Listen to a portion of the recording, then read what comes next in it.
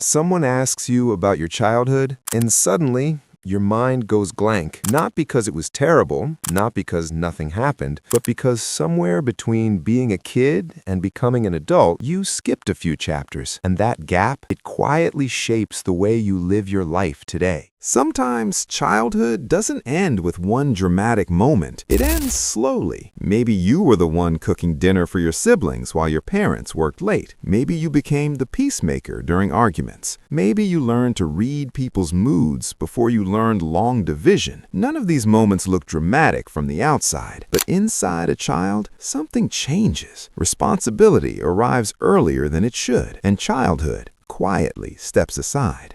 Psychologists have a word for this: parentification. It happens when a child begins carrying emotional or practical responsibilities that belong to adults. But that word doesn't really capture the experience, because what actually happens is deeper than responsibility. Your nervous system learns something important. The world depends on you. And once a child learns that lesson, it doesn't easily unlearn it. Researchers have found that many children who grow up this way appear incredibly mature, responsible, calm, capable. But often that maturity is not maturity at all. It's adaptation, a child learning to survive in situations they were never meant to manage.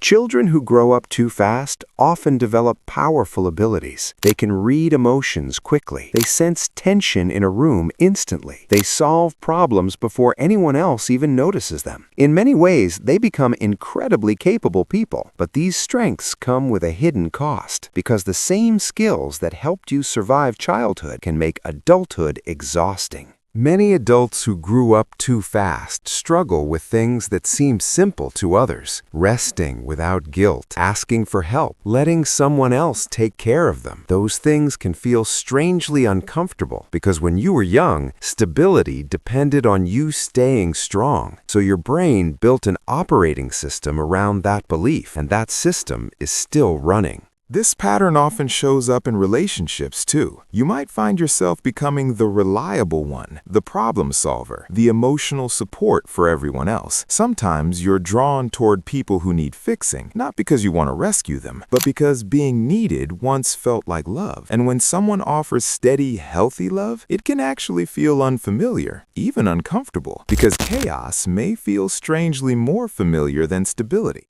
There's also a kind of exhaustion that comes with growing up too fast, not the kind that sleep fixes. Your nervous system learned to stay ready for problems, ready for conflict, ready to keep everything together. And eventually, that level of responsibility becomes heavy. Society often rewards people like this. They're productive, reliable, independent, low maintenance. They get things done. But very few people ask what it cost to become that way. Because behind that strength, there's often a child who never got to simply be a child. Healing from this doesn't start with fixing yourself. It starts with something quieter, acknowledging what you missed. Not to blame anyone, growing up too fast can make you strong, but strength doesn't mean you have to carry everything forever. You're allowed to rest now. You're allowed to receive support, and you're allowed to learn something new: how to live without holding the entire world on your shoulders. If this video resonated with you, consider subscribing, because here we explore the quiet psychological patterns that shape our lives and how to understand them better.